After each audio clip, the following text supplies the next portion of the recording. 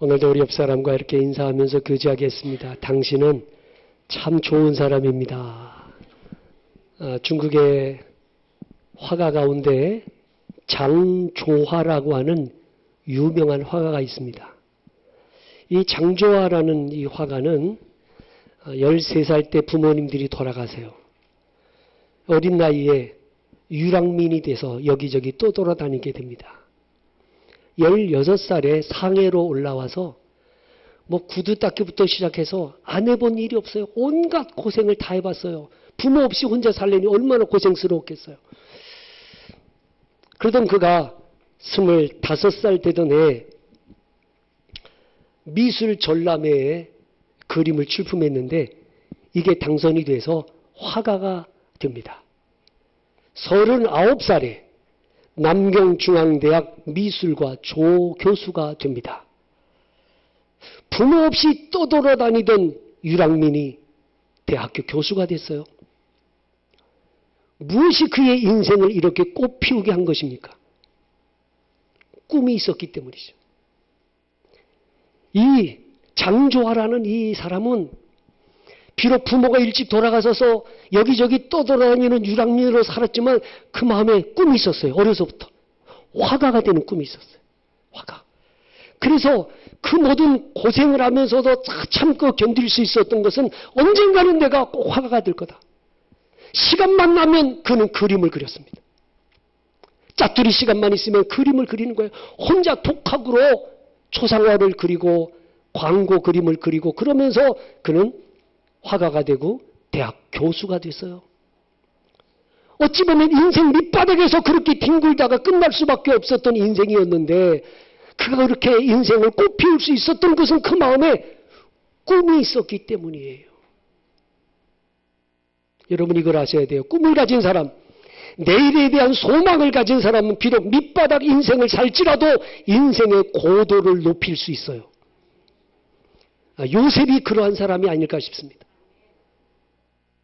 보디발의 집에서 노예 생활할 때 신세 한탄하면서 시간만 때우지 않았습니다. 열심히 일했습니다. 최선을 다해서 일했습니다. 그래서 애굽 사람이지만 히브리 노예인 요셉에게 전 재산을 다 맡길 정도로 성실하게 살아요. 왜요? 꿈이 있으니까. 억울하게 또 감옥에 가서 옥살이 합니다. 옥살이 하면서도 죄수들의 재반 사무를 맡아서 성실하게 살아요. 왜요? 꿈이 있어요. 절 받는 꿈을 꾸었잖아요. 언젠가 하나님이 나를 존귀하게 써주실 것이다. 이 꿈이 있었기 때문에 요셉은 인생을 헛되게 살지 않았어요. 최선을 다해 살아요. 꿈이 있는 사람, 내일에 대한 소망이 있는 사람은 오늘을 성실하게 최선을 다해서 살 수 있게 됩니다. 꿈과 소망은 오늘의 고난과 시련을 견디게 해주어요. 이스라엘 백성들이 광야 40년 동안 살아가면서 원망 불평에 매여 살아요. 입만 열면 불평이고 입만 열면 원망입니다. 이유가 뭐예요? 하나님이 주신 그 가나안의 소망이 가슴에 있었더라면, 젖과 꿀이 흐르는 가나안 땅에 대한 꿈이 있었더라면 그들은 광야의 고난을 능히 이길 수 있었을 거예요. 그런데 소망이 없어요. 꿈이 없어요. 그저 오늘 하루 먹고 마시는 것에만 연연하다가 그들은 결국 광야에서 죽고 말아요. 여러분, 이 사람이 진짜 그리스도인이냐 가짜 그리스도인이냐 뭘 가지고 평가할 수 있어요? 뭘 가지고 가늠할 수 있어요? 소망입니다. 소망. 천국에 대한 소망이 있는가? 예수님 다시 오실 재림에 대한 소망이 있는가? 부활에 대한 소망이 있는가? 하나님 앞에 가서 받을 상급과 면류관에 대한 소망이 있는가? 그 소망이 있는가를 보면 진짜인지 가짜인지 알아요.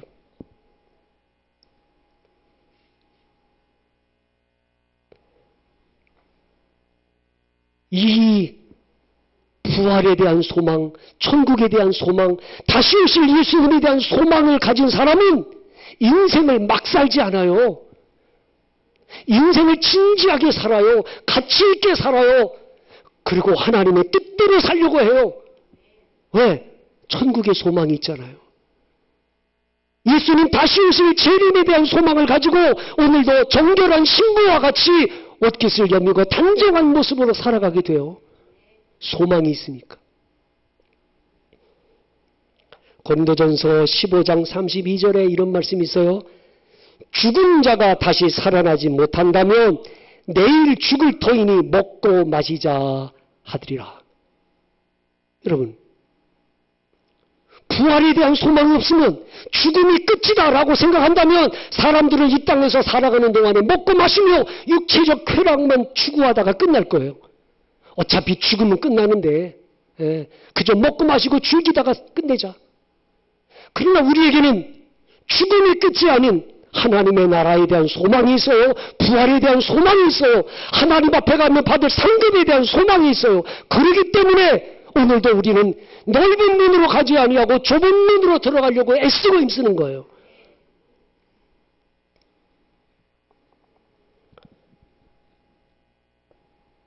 오늘 본문에 나오는 이 시므온이라고 하는 사람에 대해서 성경은 이렇게 간단하게 소개하고 있습니다.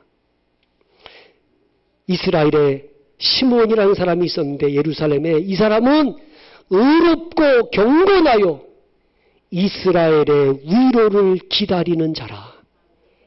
의롭고 경건하여 이스라엘의 위로를 기다리는 자라. 이 말씀을 연결해서 설명하자면 이런 거예요. 시므온이라는 사람은 이스라엘의 위로를 기다리기 때문에 의롭고 경건하게 살았다.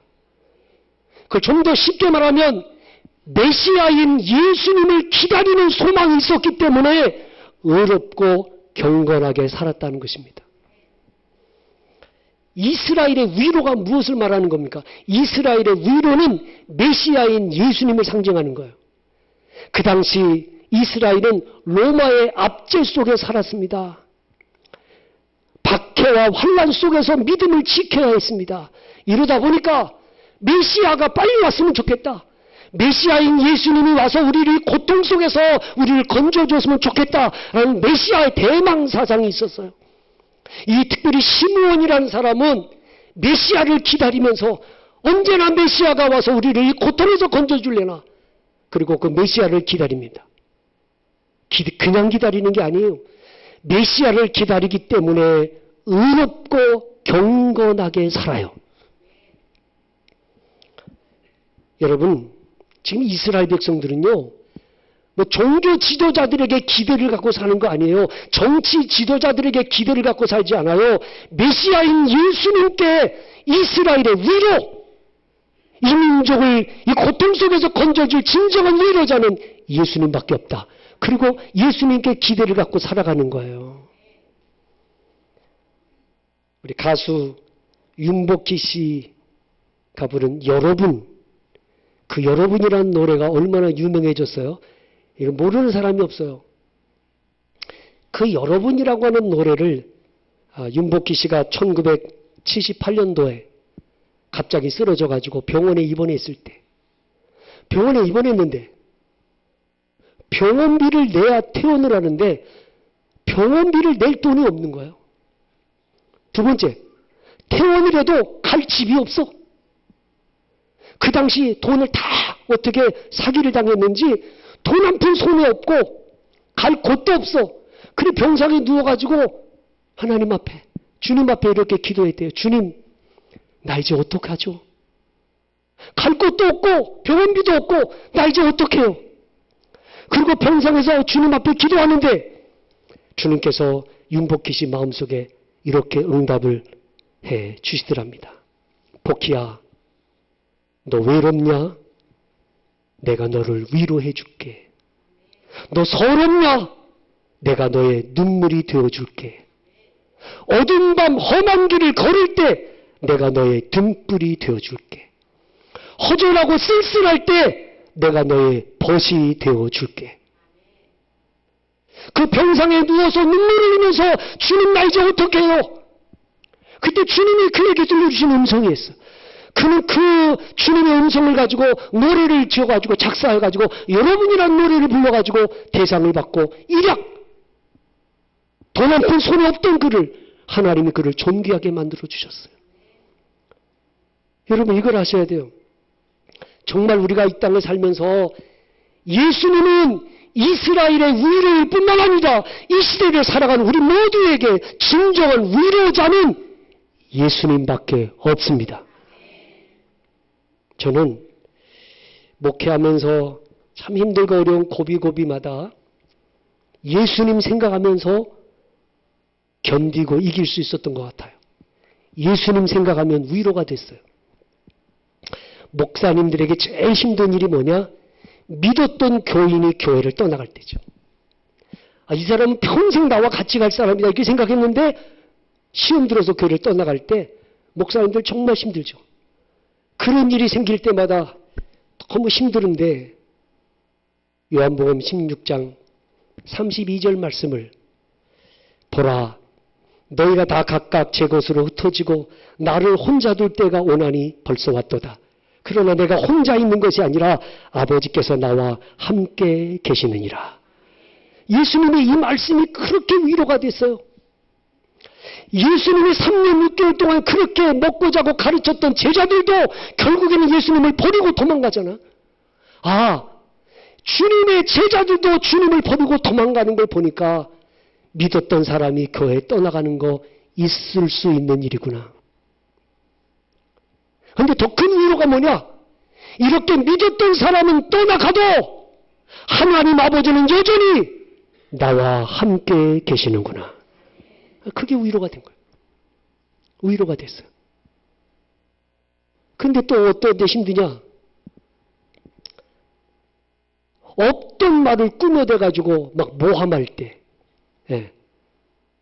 이거 뜬금없이 없던 말을 가지고 꾸며가지고 힘들게 할 때 너무 답답한 거예요. 이거 어떻게 설명해요? 그때 예수님 생각했어요. 예수님이 십자가에 달리셨을 때 예수님을 조롱하고 비방하고 그때도 예수님은 말 한마디 하지 않으셨어요. 그 원수들을 향하여 주님은 반박하지도 변명하지도 않고 묵묵히 계시면서 마지막에 아버지 저들을 사하여 주옵소서 저들이 모르기 때문입니다. 기도하는 예수님을 보면서 선으로 악을 이긴다는 건 이런 것이구나. 이게 승리자의 모습이구나 라는 생각을 하면서 위로받았어요. 여러분 정말 답답할 때 힘들고 어려운 시간, 괴롭고 답답한 시간, 낙심되고 절망적인 시간에 내게 힘주시고 용기를 주시고 소망을 주시는 진정한 위로자는 예수님밖에 없습니다.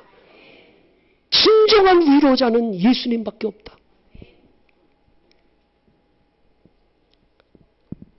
제가 지난 수요일 날 터키에서 순교당한 우리 김진욱 선교사 순교 예배에 참석을 했어요. 41살입니다. 41살의 젊은 나이에 터키에 선교사 평신도 선교사로 갔다가 거기서 피살을 당했어요. 사모님은 이제 곧 어린 아들 하나 있고 이번에 또 출산을 해가지고 애가 둘이 있는데 그 장례식에 참석해 보니까 그 김진욱 선교사 아버지, 어머니, 누나, 형제들이 다 이렇게 앉아 있더라고. 그 설교가 끝나고 김진욱 선교사가 그동안 했던 영상을 쭉 보여주는데 하염없이 눈물을 흘리는 그 유가족들을 제가 보면서 눈물이 나더라고. 그 아버지, 어머니 마음은 얼마나 찢어질까. 그 젊은 나이에 자식을 잃고 그 자리에서 예배를 드리는 부모의 가슴을 생각하니 너무 마음이 아팠어요. 그런데 그들은 소리내어 울지 않았습니다.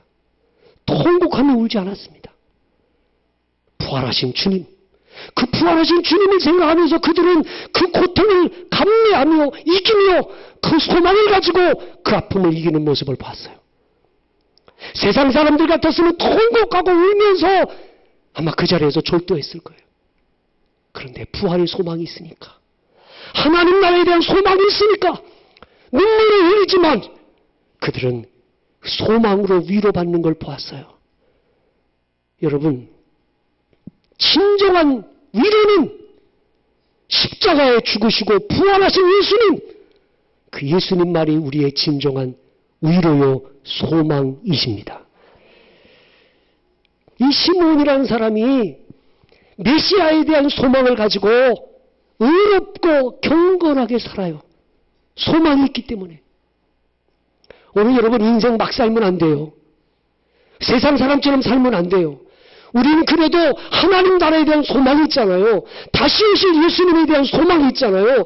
부활의 소망이 있다면 믿음으로 삽시다.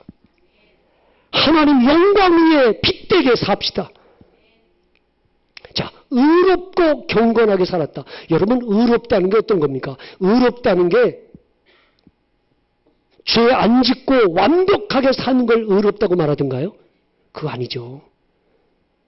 마태복음 1장 이 19절에 마태복음 1장 19절에 그의 남편 요셉은 의로운 사람이라 그가 드러내지 아니하고 가만히 끊고자 하여. 마리아의 남편 요셉은 의로운 사람이라. 그가 왜 의로운 사람입니까? 죄를 안 짓는 완벽한 사람이기 때문에 아니에요. 마리아와 정혼을 했는데 마리아가 어느 날 임신이 됐어요. 아니, 잠자리도 안 했는데 어떻게 임신을 해요? 이건 불륜이 분명한 거잖아요. 그런데 요셉은 그 마리아의 불륜을 장로들에게 가서 고발해가지고 율법대로 돌로 쳐 죽이는 배신감, 복수심을 드러내지 않았어요. 요셉은 가만히 끊고자 했습니다. 마리아의 허물을 덮어주려고 했습니다. 왜요? 나도 허물이 많은 사람인데 허물을 덮어줘야지. 무엇이 의로움입니까? 내가 허물 많은 사람이기 때문에 상대방에게 관대함을 베푸는 여기에 의로움이 있는 거예요. 예? 여러분, 우리 기독교인들이 세상 사람들 자꾸만 잣대를 가지고 비난하고 정죄하고 교회 안에서도 자꾸만 사람을 비난하고 정죄하고 그거 아니에요. 여러분, 우리는 허물투성이잖아요. 허물 많은 사람이에요. 그렇다면 다른 사람이 허물을 관대하게 덮어주는 여기에 의로움이 있는 거예요. 누가복음 18장 9절에 14절에 보니까 바리새인과 세리가 성전에 와서 기도하고 있어요. 예수님이 이렇게 말씀하셨어요. 그 바리새인이 기도하기를 하나님이여 나는 다른 사람들 곧 토색, 불의, 간음을 하는 자들과 같지 아니하고 이 세리와도 같지 아니함을 감사하나이다. 나는 일에 2번씩 금식하고 또 소득의 11조를 드리나이다. 자기가 얼마나 경건한 사람인가를 드러내면서 기도하잖아요. 그러나 세리는 이렇게 기도했어요. 감히 눈을 들어 하늘을 쳐다보지도 못하고 가슴을 치며 이르되 하나님이여 불쌍히 여기소서 나는 죄인이로소이다. 그때 주님께서 말씀하셨어요. 내가 너에게 이르노니 이제 저 바리새인이 아니고 이 사람이 의롭다 하심을 받고 그의 집으로 내려갔느니라. 예수님은 바리새인을 의롭다고 말하지 않고 세리를 의롭다고 말씀하십니다. 왜요? 바리새인은 자기의 의를 주장하고 세리는 예수님의 십자가의 의를 붙들고 살았기 때문입니다. 그러지 마셔야 합니다. 내가 이렇게 살고 이렇게 살았기 때문에 내가 의로운 자라고 말하면 안 됩니다.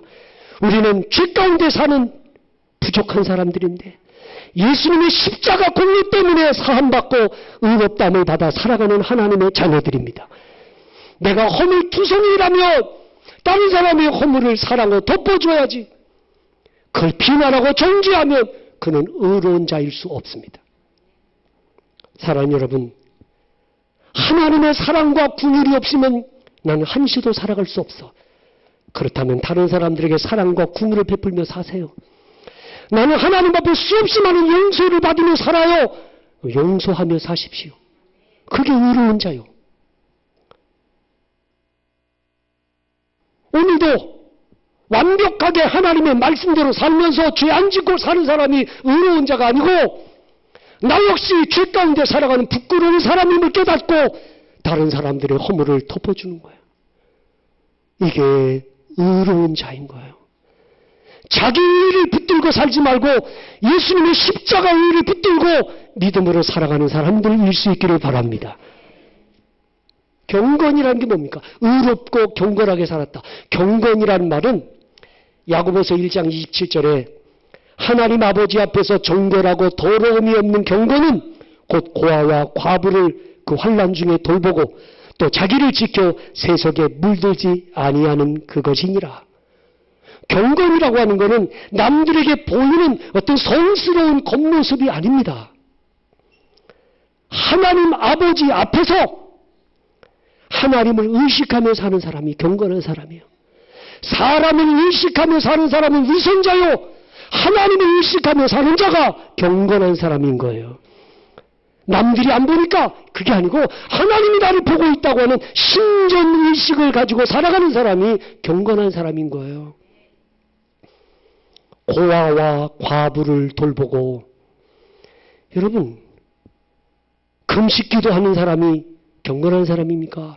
성경을 수시 없이 수십 도 가고 그랬다고 경건하다고 말합니까? 여러분, 금식하는 것도 훌륭하고 성경 수십 도 가는 것도 훌륭한데 더 중요한 건 뭐냐? 몸소 사랑을 실천하며 사는 거야. 과부와 고아를 돌보고 나는 경건한 척하는데 예수님의 사랑을 눈꽃만큼도 실천하지 않는 사람은 경건의 모양만 가지고 있는 사람일 거예요. 진정한 경건은 주님의 사랑을 몸소 실천하는 거예요. 세속에 물들지 않는 것, 기도와 말씀으로 거룩함을 지켜가는 여기에 경건함이 있는 거예요. 오늘 이 자리에 참석한 여러분, 정말 천국에 대한 소망이 있습니까? 예수님 다시 오실 것에 대한 소망이 있습니까? 부활의 소망이 있어요. 주님 앞에 받을 천국에 대해서 상급받고 면류관 받을 소망이 있다면 두렵고 떨리는 마음으로 의롭고 경건하게 살아갈 수 있기를 바랍니다. 신랑 되신 예수님을 기다리는 신부와 같이 단정한 모습으로 경건하게 살아야지. 오늘도 인생 막 살지 말고, 여러분, 인생이 짧더라고요. 예, 제가 지금까지 목회하면서 장례식 치러준 사람이 하도 많은데 우리 교인들 한 사람 한 사람 떠나보낼 때마다 인생이 참 덧없는 거구나. 예. 여러분, 인생 짧아요. 그러나 우리의 남은 생애를 좀 더 하나님 앞에 믿음으로 살고 거룩하게 살고 의롭고 경건하게 살아가실 수 있기를 주님의 이름으로 축원합니다. 기도하겠습니다.